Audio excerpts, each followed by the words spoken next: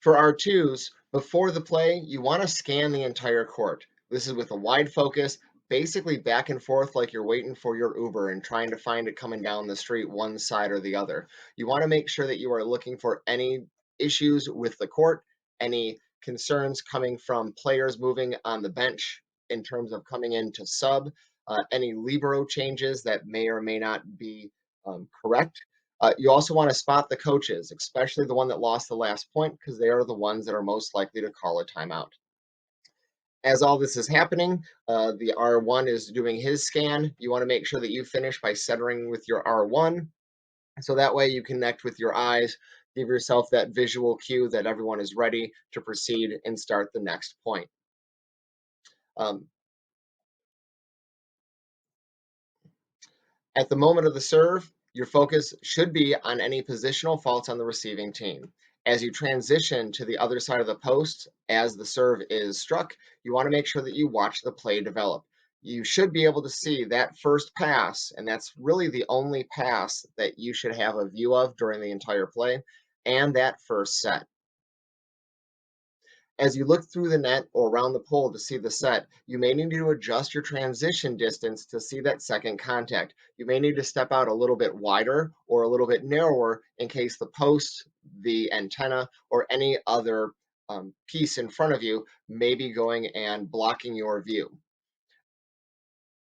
As you do this, you want to make sure that by looking at the setter and watching that set and play develop on the attacking side. It gives you the information you need about where the attack and the block will occur. And basically, it tells you where you need to focus next.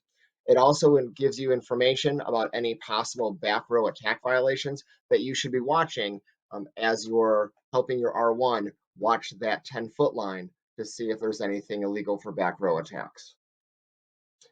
If a back row attack may occur, you want to make sure that you watch that line and then give give an informal signal to the R1 if needed.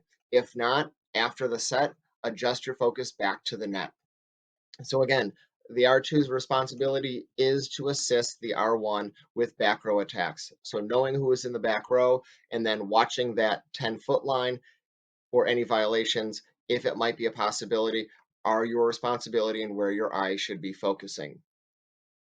But if not, after that set, you want to leave that ball and shift your focus with a wide focus to the area of the net where the play is going to occur.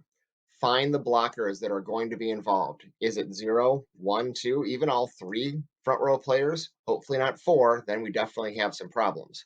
But you want to watch that play develop and get ready to narrow your focus as the attacker is about to attack. At that point in time, remember, use your central vision by pointing your nose at what you're looking at. I can't stress this enough. Don't simply go with a side by side with your eyes. But you want to watch for net contacts as the blockers jump. You're going to narrow your focus as you look for touches of the ball or the net as the attack occurs. And this is touches for all players involved.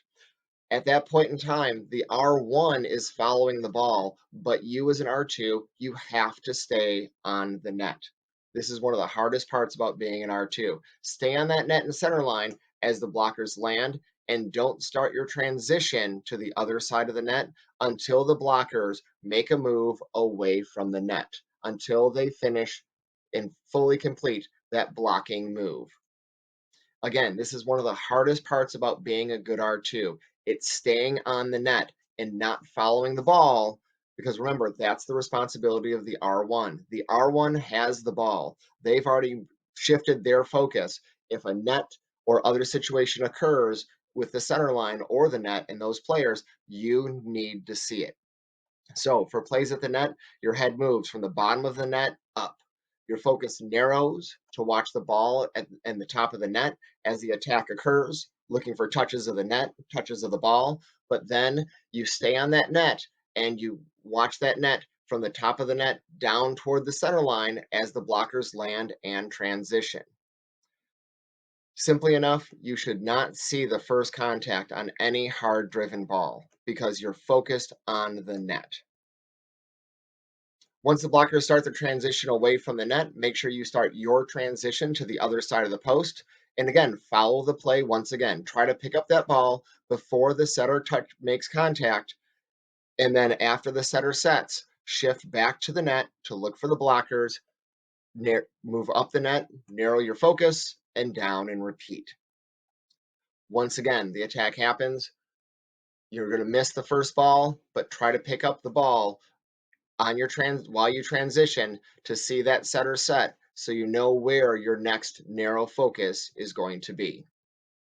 After the play, center your focus with the R1. Give them any information you have, such as a touch, a ball that landed down, what side it may have been in. Of course, you're going to blow the whistle if there was somebody in the net or across the center line. And then, of course, mirror their point signal. Um, when that's done, you are right before the next play. So start scanning back and forth. Especially make sure that you scan for subs on the team that just won the point. They are rotating. So this is a time when they will most likely have players subbing. And for timeouts, mainly on the team that just lost the point to see if that coach wants to call a timeout. So you want to make sure that you catch those by doing the back and forth, looking for a taxi, type motion with your head, scan back and forth, and even pause on the coach to see if they want that timeout or not. I know this is a lot in terms of what to look at throughout the match or throughout the plays, but knowing the responsibilities of the R1 and R2 allows you to focus where you need to call a great match. So that the R1 focuses on the ball, the R2 focuses on the net. Together, they work to make a great match for all those involved. This is the end of my presentation. I will go and make the slideshow available as well. And hopefully, if you have any questions, those that are at the meeting can answer them for you. Have a great day.